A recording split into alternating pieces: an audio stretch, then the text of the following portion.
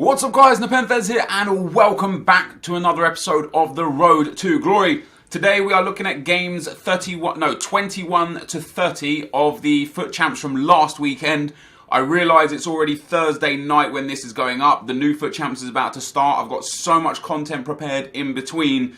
We've obviously got the final 10 games of FUT Champs. I've got a whole bunch of SBCs and some other Division 1 gameplay. I've got some games against Marshall 89 that I played on Wednesday night. We're going to have the FUT Champs rewards, potentially even the monthly rewards. So I've got a whole bunch due. So it's basically, I've got 4 videos worth of stuff before anything brand new comes. And it's currently Thursday at almost 4.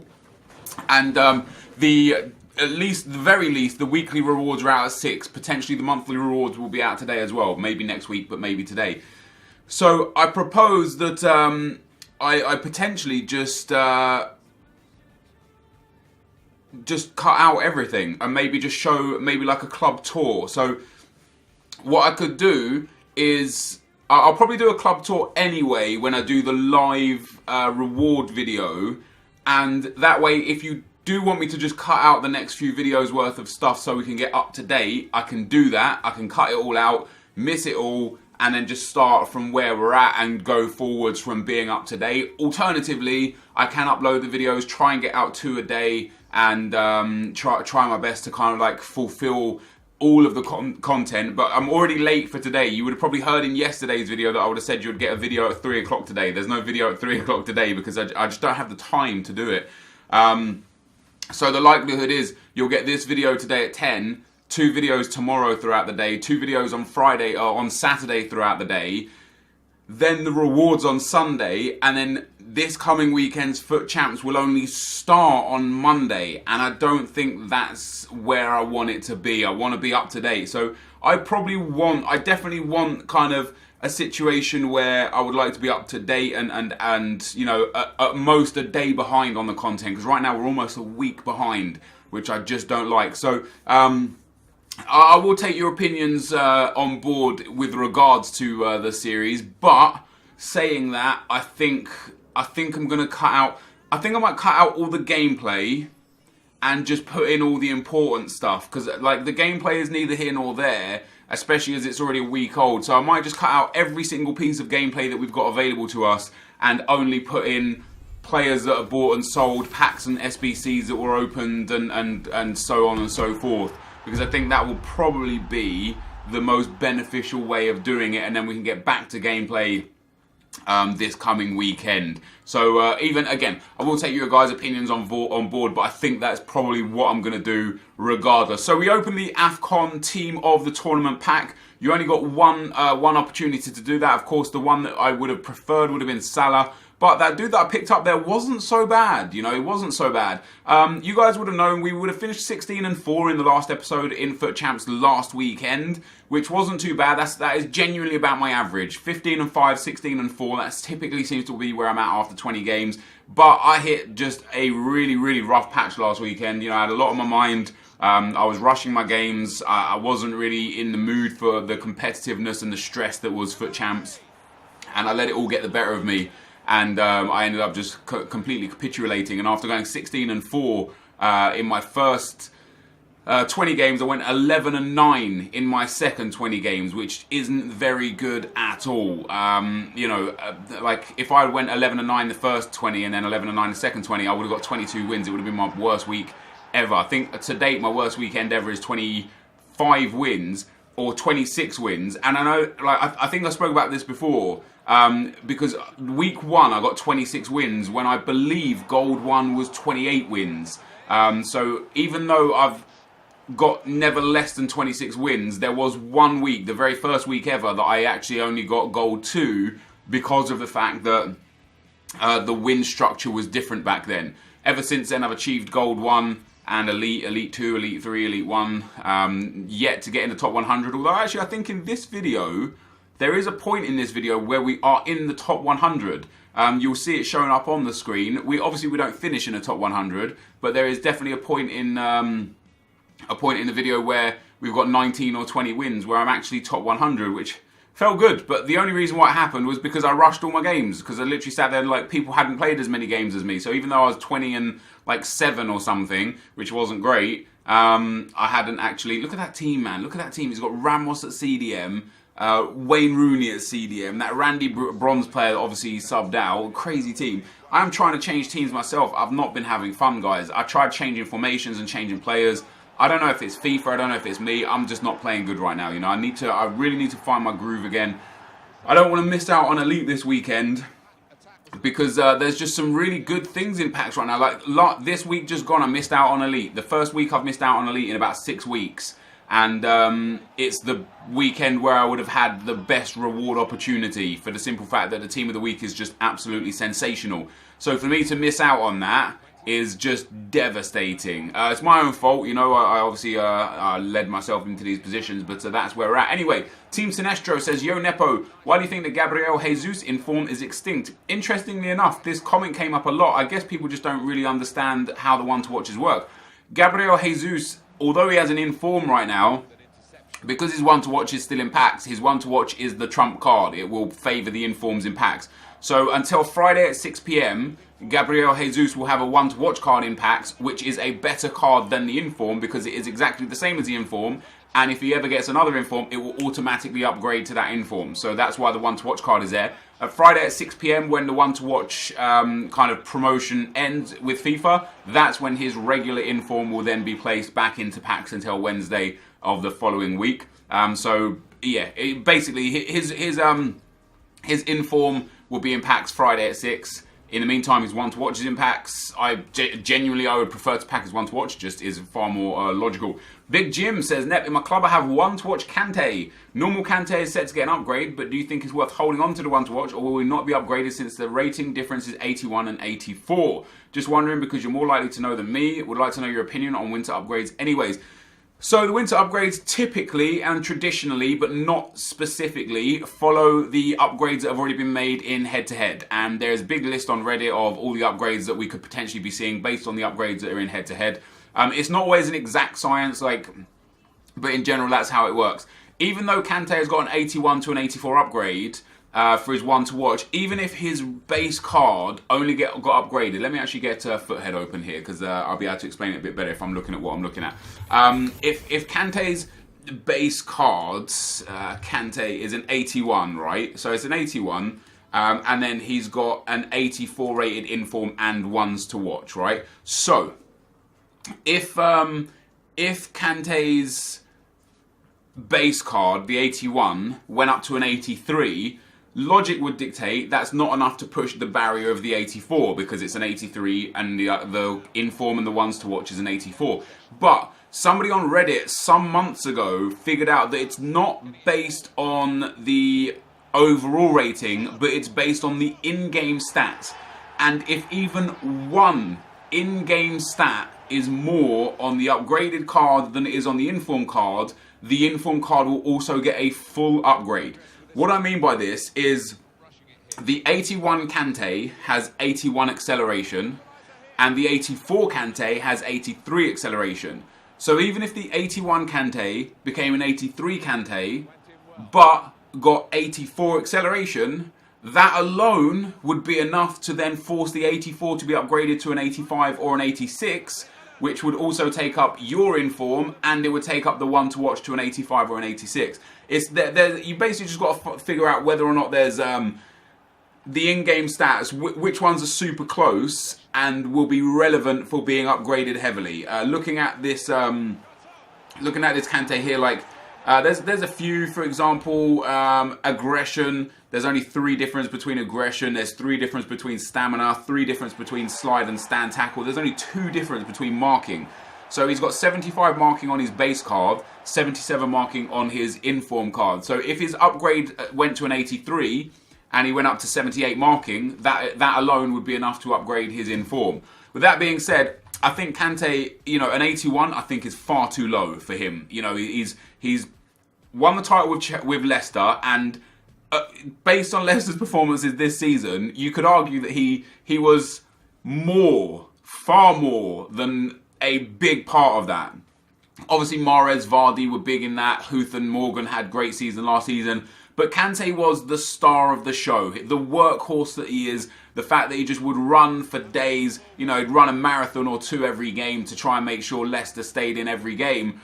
That alone was enough for him to get an upgrade. What he's done for Chelsea this season is identical. He has been a pivotal part of Chelsea being so far ahead in the BPL. You know, he's just, when you watch him play, like when you watched Arsenal against Chelsea last week, as an Arsenal fan, yeah, okay, Hazard scored and I can't remember who scored the other goal, but regardless of who scored the goals, Fabregas scored as well, didn't he? I can't remember who scored the other goals, but Kante was the man. He was just everywhere. He did not stop running left, right and centre. He was just up and down and up and down. And he would just not give Arsenal 5 seconds on the ball.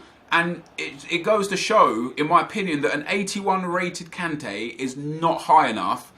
I would argue that he deserves an 84 or an 85 rated card. If that's a bit too much for a half-season upgrade, maybe he'll go up to an 83. But in my honest opinion, he'll go up to an 84 or an 85. His inform will go up to an 85, an 86, potentially an 87. And that inform Kante is going to be one of the most sought-after cards in the game.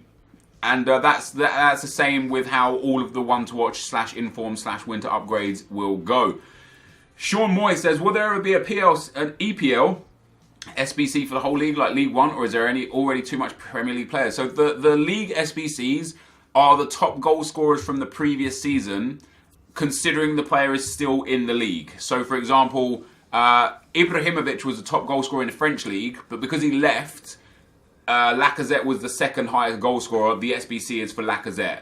Jonas was the top goal scorer in the Portuguese league. The SBC is for him. Giovinco was the top goal scorer in MLS. The SBC is for him. Luis Suarez was the top goal scorer in the Liga Santander. The SBC is for him. So they're doing all the top goal scorers in the leagues, which means Harry Kane will be the EPL one. You'll get probably something like an 88 or an 89 rated Harry Kane. That's what you'll get basically. And it will be exactly the same. You'll need all 20 BPL teams. It will be relatively easy to achieve, because the big leagues, there's just so many players and so many low-rated and high-rated goal players that are, other than for a few big teams. Like, if you look at the Liga Santander, there are 16 teams that are worth like 10 to 15k, and you get ridiculously good packs back. It's the only teams that are really expensive are Atletico Madrid, Barcelona, and Real Madrid, and then for some reason Osasuna is also like 25k. But other than the big three teams, the rest of them are super easy. So there will be one for the Serie A. There will be one for the EPL. There will be one for the Bundesliga. I believe, was it Lewandowski or was it Aubameyang that finished Bundesliga top scorer? Let's have a look. Bundesliga top scorer. The Bundesliga top scorer last season was indeed, if the page loads, FIFA.com, let's go. It was either Aubameyang or Lewandowski, right? So the SBC for Bundesliga is going to be either Aubameyang or Lewandowski. The thing that interests me is that EA done Suarez so early because it's only a minor upgrade, a 92 to a 94, because when he gets a team of the season, that 94 card is going to be irrelevant. And I know he already has a team of the year, but I think EA are clever with the way they're putting him out. This won't load. I know it was either Aubameyang or Lewandowski, right? So the Bundesliga one will be Aubameyang or Lewandowski. The Calcio A one, I believe, is Higuain. The BPL one is Harry Kane. We've already had Liga Santander. We've already had the French league. And then whether or not it goes in and does some of the other leagues, I don't know. Will it go and do the Saudi league and give us an Al Soma? I don't know. But potentially it will. But to answer your question, it looks like there will be an EPL SBC for Harry Kane.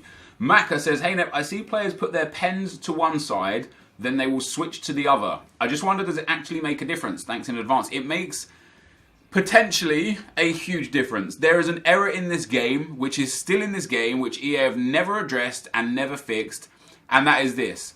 If you are standing to take your penalty and you aim to the left as you start your run-up, the body of your player will veer to the left before moving back into the centre and then taking the shot. The same as if your player aims right, he will veer to the right and then come back to the centre before going to take the shot. So if you're the goalkeeper in that situation, if you're taking a penalty against me and you aim left and stay left, I know that you're going to go left because I've seen your player body veer left.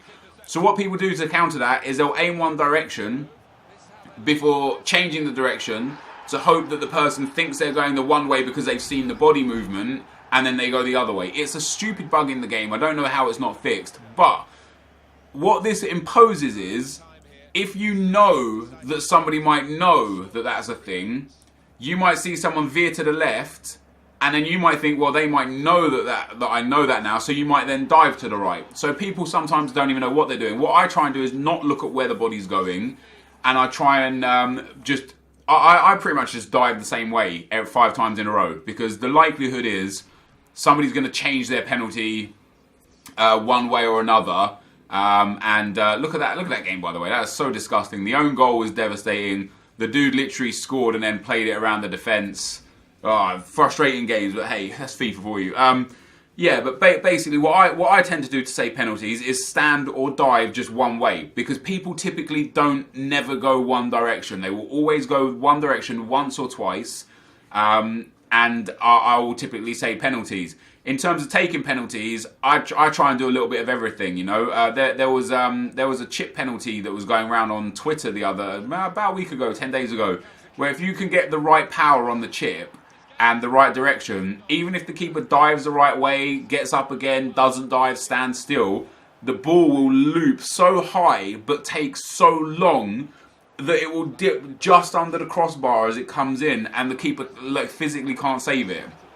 So if you're able to get yourself into a position where you know how to take those penalties, you'll be in great shape. But in general, the reason why players switch is because the game literally tells you which way the person's going to shoot if they stay going that first direction. The Armenian Zlatan says, do you think Theo Walcott will get a winter upgrade because I lost 70k on him as of now? Do I accept the loss, sell or keep, hoping he will go up? Well, I don't think he'll get an upgrade. I think he probably deserves an upgrade. He's got an 81 rated left wing, right? I think he's had a great season this season. I think an 82 or an 83 would be fair for him. However, he's not upgraded on head-to-head, which means he most likely won't get upgraded in Ultimate Team.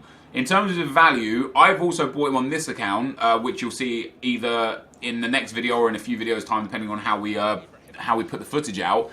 I bought him for 207 or something like that, and he's now like 180 or 160 or something. He's like super cheap. The reason why I bought him is because I wanted to test out the 86 versus the 84. And also, I have a feeling when the BPL Foot Champions Weekend League is here, not this weekend coming, but the weekend after, all the BPL player prices are going to go through the roof, because everyone's going to have to get rid of those legends that they've got, and those Ronaldos and those Messis that they've got. They're going to have to go and buy the best BPL players, and Theo Walcott is one of, if not the best right wing in the BPL. Okay, you've got the Inform Mkhitaryan, the informal SBC Willian, but Theo Walcott is the man. So his price will undoubtedly rise.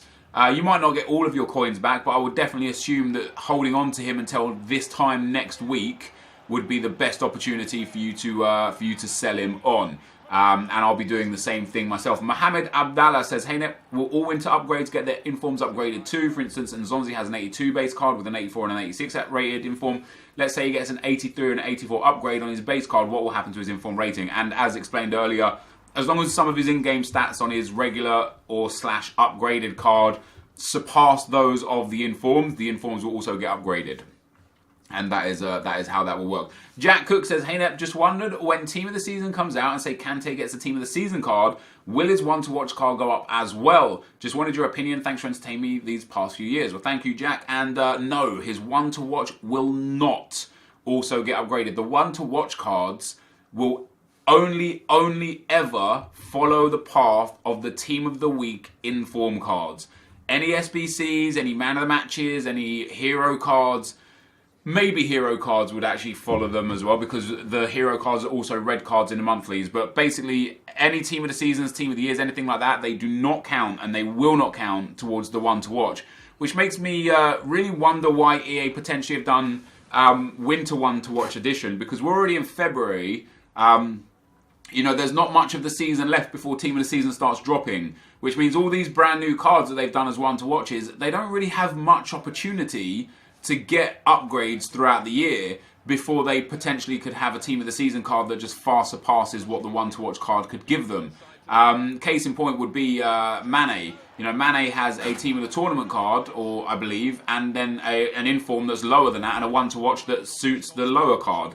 I believe that the one to watch card should just assume every card, the best version of that card in the game. That's my belief.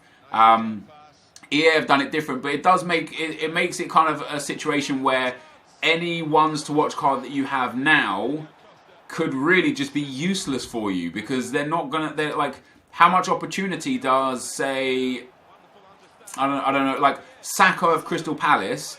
I mean, defenders for Palace rarely get up like informs anyway, because they concede too many goals. Sacco, he's only got, how many games are left? Like 16 games or something left in the league. It's probably only 10 games before the team of the season starts coming out, and there we are in the top 100, guys. We are 94th there, which is spectacular. He's probably only got 10 to 12 games for Crystal Palace to try and get upgrades. So what would be the worth of buying him? It's worthless. It's just pointless. I feel like the ones to watches right now are a little bit of a waste. At the start of the season, I think they're useful because that you can get so many informs along the way before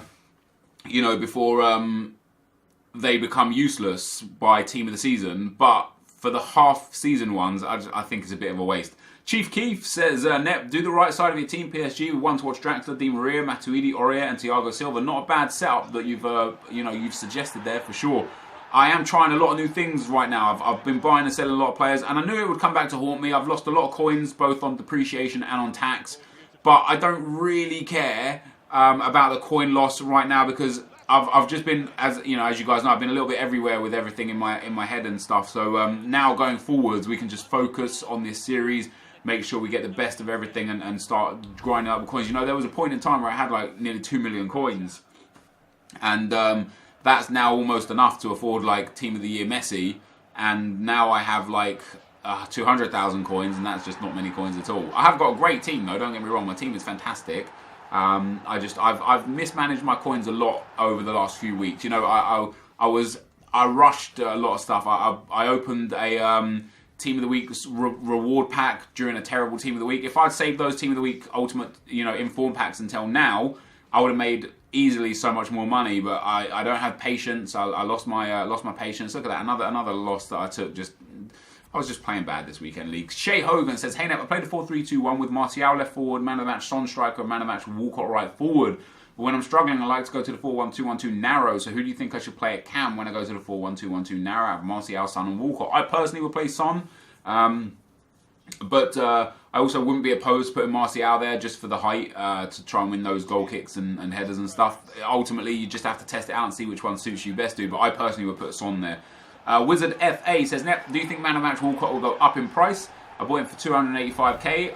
I know, I'm an idiot, and I'm contemplating selling him now or later. Please answer. By the way, love your videos. And I didn't even realise I picked the same question twice. But yeah, I've already answered this, and I think the BPL players will start to really rise over the next basically after this weekend league coming. I think the BPL players will start to rise as people prepare their BPL teams. That is my opinion. So as you can see, guys, we end up winning this final game here.